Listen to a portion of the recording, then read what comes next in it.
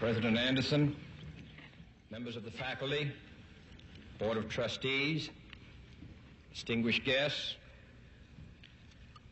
my old colleague, Senator Bob Byrd, who has earned his degree through many years of attending Knight Law School, while I am earning mine in the next 30 minutes, distinguished guests, ladies and gentlemen.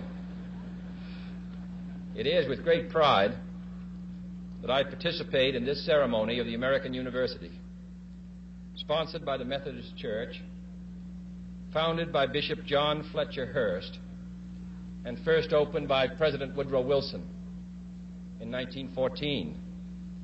This is a young and growing university, but it has already fulfilled Bishop Hurst's enlightened hope for the study of history and public affairs in a city devoted to the making of history and to the conduct of the public's business. By sponsoring this institution of higher learning for all who wish to learn, whatever their color or their creed, the Methodists of this area and the nation deserve the nation's thanks. And I commend all those who are today graduating. Professor Woodrow Wilson once said that every man sent out from a university should be a man of his nation as well as a man of his time.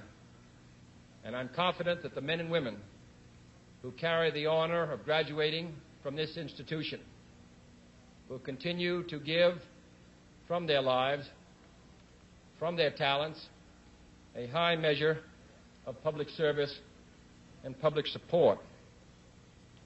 There are few earthly things more beautiful than a university, wrote John Masefield in his tribute to English universities, and his words are equally true today. He did not refer to towers or to campuses. He admired the splendid beauty of a university because it was, he said, a place where those who hate ignorance may strive to know, where those who perceive truth may strive to make others see. I have therefore chosen this time and place to discuss a topic on which ignorance too often abounds and the truth too rarely perceived, and that is the most important topic on earth, peace. What kind of a peace do I mean, and what kind of a peace do we seek? Not a Pax Americana enforced on the world by American weapons of war, not the peace of the grave or the security of the slave. I am talking about genuine peace, the kind of peace that makes life on earth worth living, the kind that enables men and nations to grow and to hope and build a better life for their children. Not merely peace for Americans, but peace for all men and women. Not merely peace in our time, but peace in all time. I speak of peace because of the new face of war. Total war makes no sense in an age where great powers can maintain large and relatively invulnerable nuclear forces and refuse to surrender without resort to those forces.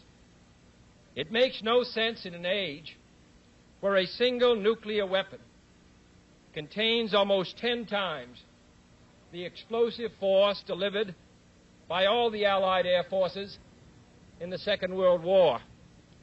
It makes no sense in an age when the deadly poisons produced by a nuclear exchange would be carried by wind and water and soil and seed to the far corners of the globe and to generations yet unborn. Today, the expenditure of billions of dollars every year on weapons acquired for the purpose of making sure we never need them is essential to the keeping of peace.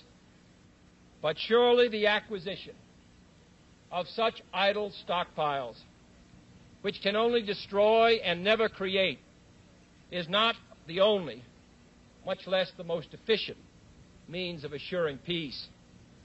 I speak of peace, therefore, as the necessary, rational end of rational men. I realize the pursuit of peace is not as dramatic as the pursuit of war, and frequently the words of the pursuers fall on deaf ears, but we have no more urgent task.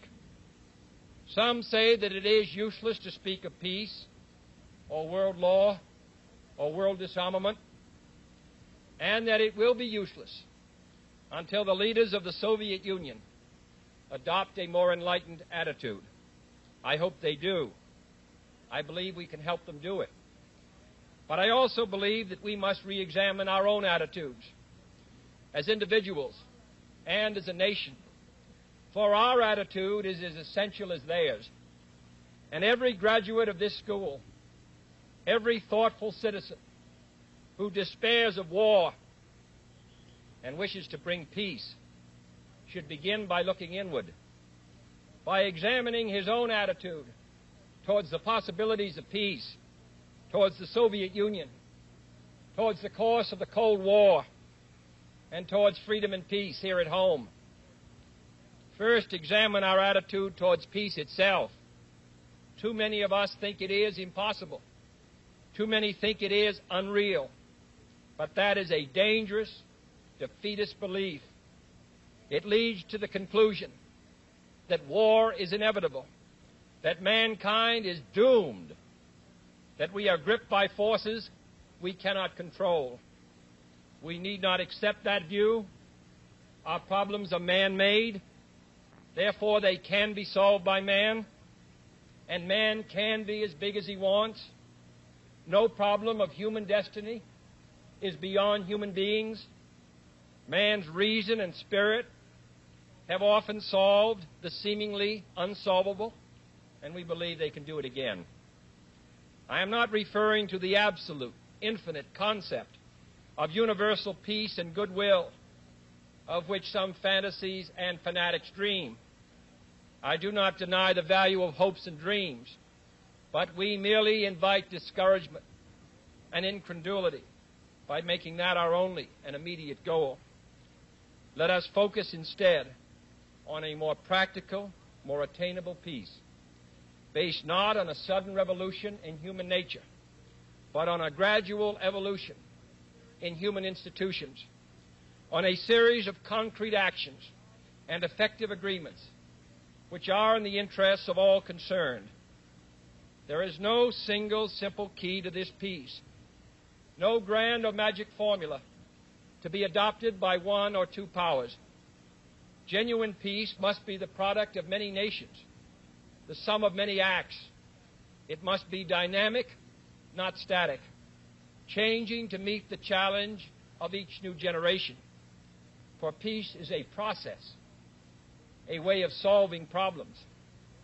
With such a peace, there will still be quarrels and conflicting interests, as there are within families and nations. World peace, like community peace, does not require that each man love his neighbor.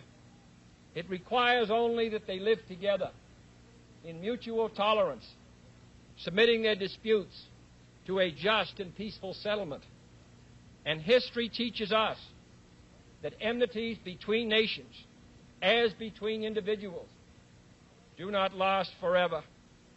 However fixed our likes and dislikes may seem, the tide of time and events will often bring surprising changes in the relations between nations and neighbors.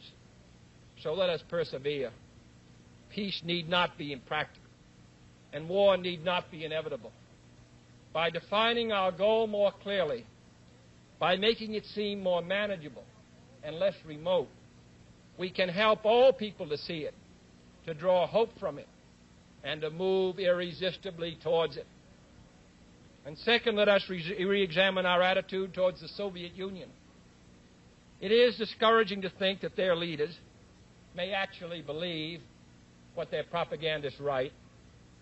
It is discouraging to read a recent authoritative Soviet text on military strategy and find on page after page wholly baseless and incredible claims, such as the allegation that American imperialist circles are preparing to unleash different types of war, that there is a very real threat of a preventative war being unleashed by American imperialists against the Soviet Union, and that the political aims, and I quote, of the American imperialists are to enslave economically and politically the European and other capitalist countries and to achieve world domination by means of aggressive war, unquote. Truly, as it was written long ago, the wicked flee when no man pursueth. Yet it is sad to read these Soviet statements, to realize the extent of the gulf between us. But it is also a warning to the American people not to fall into the same trap as the Soviets, not to see only a distorted and desperate view of the other side, not to see conflict as inevitable, accommodation as impossible, and communication as nothing more than an exchange of threats. No government or social system is so evil that its people must be considered as lacking in virtue. As Americans, we find communism profoundly repugnant as a negation of personal freedom and dignity. But we can still hail the Russian people for their many achievements in science and space, in economic and industrial growth, in culture, in acts of courage. Among the many traits the peoples of our two countries have in common, none is stronger than our mutual abhorrence of war. Almost unique among the major world powers, we have never been at war with each other, and no nation in the history of battle ever suffered more than the Soviet Union in the Second World War. At least 20 million lost their lives. Countless millions of homes and families were burned or sacked. A third of the nation's territory, including two-thirds of its industrial base, was turned into a wasteland, a loss equivalent to the destruction of this country east of Chicago. Today, should total war ever break out again, no matter how, our two countries will be the primary target. It is an ironic but accurate fact that the two strongest powers are the two in the most danger of devastation. All we have built, all we have worked for, would be destroyed in the first 24 hours. And even in the Cold War, which brings burdens and dangers to so many countries, including this nation's closest allies, our two countries bear the heaviest burdens. For we are both devoting massive sums of money to weapons that could be better devoted to combat ignorance, poverty, and disease. We are both caught up in a vicious and dangerous cycle, with suspicion on one side breeding suspicion on the other, and new weapons begetting counterweapons. In short, both the United States and its allies, and the Soviet Union and its allies, have a mutually deep interest in a just and genuine peace and in holding the arms race. Agreements to this end are in the interests of the Soviet Union as well as ours, and even the most hostile nations can be relied upon to accept and keep those treaty obligations, and only those treaty obligations, which are in their own interest. So let us not be blind to our differences, but let us also direct attention to our common interests and the means by which those differences can be resolved. And if we cannot end now our differences, at least we can help make the world safe for diversity. For in the final analysis, our most basic common link is that we all inhabit this small planet. We all breathe the same air. We all cherish our children's futures, and we are all mortal. Third, let us re-examine our attitude towards the Cold War, remembering we're not engaged in a debate, seeking to pile up debating points. We are not here distributing blame or pointing the finger of judgment. We must deal with the world as it is, and not as it might have been had the history of the last 18 years been different. We must therefore persevere in the search for peace, in the hope that constructive changes within the communist bloc might bring within reach solutions which now seem beyond us.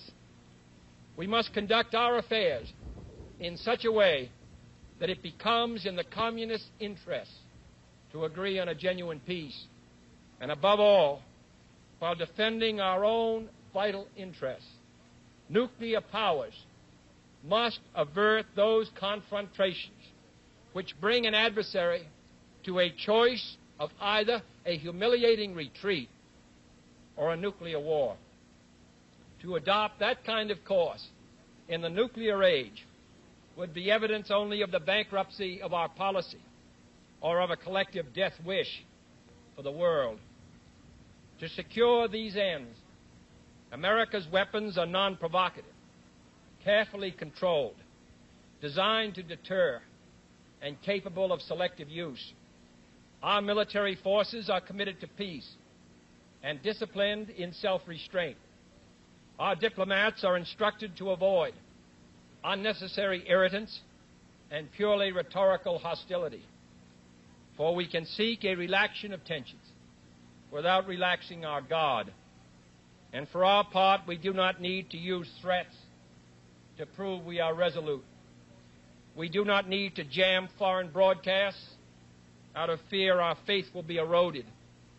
We are unwilling to impose our system on any unwilling people, but we are willing and able to engage in peaceful competition with any people on earth.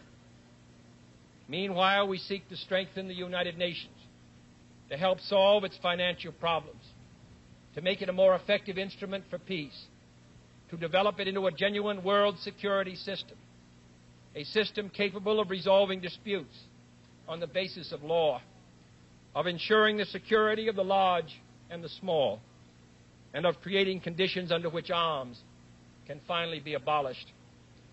At the same time, we seek to keep peace inside the non-communist world, where many nations, all of them our friends, are divided over issues which weaken Western unity, which invite communist intervention, or which threaten to erupt into war. Our efforts in West New Guinea, in the Congo, in the Middle East, and the Indian subcontinent have been persistent and patient, despite criticism from both sides. We have also tried to set an example for others by seeking to adjust small but significant differences with our own closest neighbors in Mexico and Canada. Speaking of other nations, I wish to make one point clear. We are bound to many nations by alliances. These alliances exist because our concern and theirs substantially overlap. Our commitment to defend Western Europe and West Berlin, for example, stands undiminished because of the identity of our vital interests. The United States will make no deal with the Soviet Union at the expense of other nations and other peoples, not merely because they are our partners, but also because their interests and ours converge. Our interests converge, however, not only in defending the frontiers of freedom, but in pursuing the paths of peace. It is our hope and the purpose of Allied policy to convince the Soviet Union that she, too, should let each nation choose its own future, so long as that choice does not interfere with the choices of others. The communist drive to impose their political and economic system on others is the primary cause of world tension today. For there can be no doubt that if all nations could refrain from interfering in the self-determination of others, the peace would be much more assured. This will require a new effort to achieve world law, a new context for world discussions. It will require increased understanding between the Soviets and ourselves. And increased understanding will require increased contact and communication. One step in this direction is the proposed arrangement for a direct line between Moscow and Washington to avoid on each side the dangerous delays, misunderstandings, and misreadings of others' actions which might occur at a time of crisis. We have also been talking in Geneva about our first step measures of arms controls, designed to limit the intensity of the arms race and reduce the risk of accidental war. Our primary long-range interest in Geneva, however, is general and complete disarmament, designed to take place by stages, permitting parallel political developments to build the new institutions of peace which would take the place of arms. The pursuit of disarmament has been an effort of this government since the 1920s. It has been urgently sought by the past 3 administrations. And however dim the prospects are today, we intend to continue this effort, to continue it in order that all countries, including our own, can better grasp what the problems and the possibilities of disarmament are. The only major area of these negotiations where the end is in sight, yet where a fresh start is badly needed, is in a treaty to outlaw nuclear tests. The conclusion of such a treaty, so near and yet so far, would check the spiraling arms race in one of its most dangerous areas. It would place the nuclear powers in a position to deal more effectively with one of the greatest hazards which man faces in 1963, the further spread of nuclear arms. It would increase our security. It would decrease the prospects of war. Surely this goal is sufficiently important to require our steady pursuit, yielding neither to the temptation to give up the whole effort, nor the temptation to give up our insistence on vital and responsible safeguards. I'm taking this opportunity, therefore, to announce 2 important decisions in this regard. First, Chairman Khrushchev, Prime Minister Macmillan, and I have agreed that high-level discussions will shortly begin in Moscow, looking towards early agreement on a comprehensive test ban treaty. Our hope must be tempered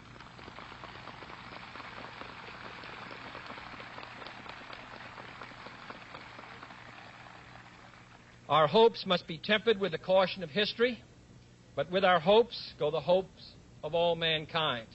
Second, to make clear our good faith and solemn convictions on this matter, I now declare that the United States does not propose to conduct nuclear tests in the atmosphere so long as other states do not do so. We will not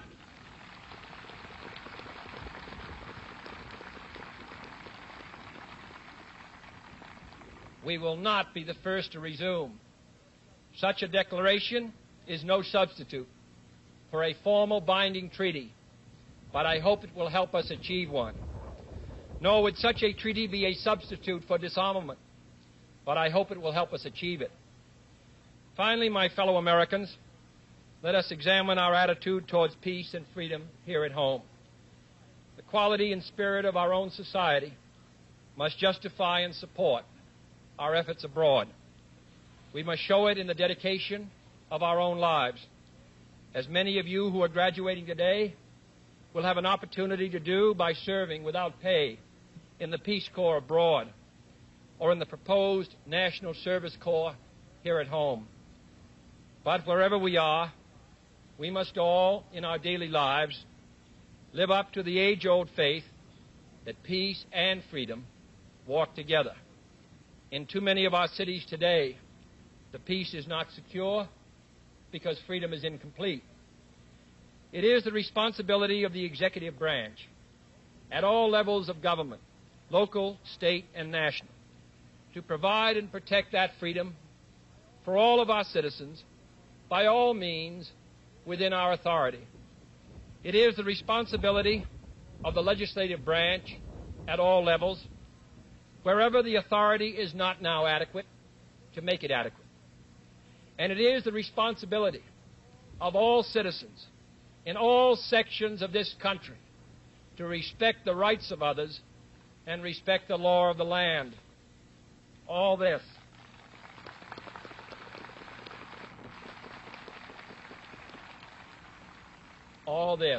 is not unrelated to world peace. When a man's way please the Lord, the Scriptures tell us, he maketh even his enemies to be at peace with him.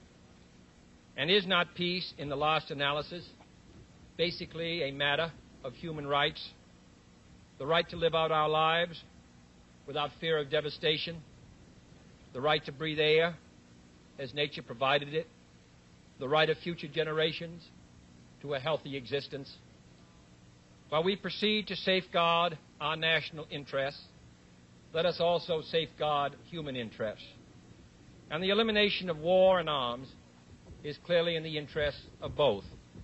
No treaty, however much it may be to the advantage of all, however tightly it may be worded, can provide absolute security against the risks of deception and evasion. But it can, if it is sufficiently effective in its enforcement, and it is sufficiently in the interest of its signers, offer far more security and far fewer risks than an unabated, uncontrolled, unpredictable arms race. The United States, as the world knows, will never start a war. We do not want a war. We do not now expect a war. This generation of Americans has already had enough, more than enough, of war and hate and oppression.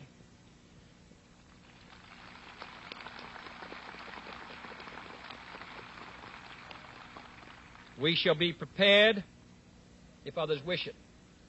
We shall be alert to try to stop it.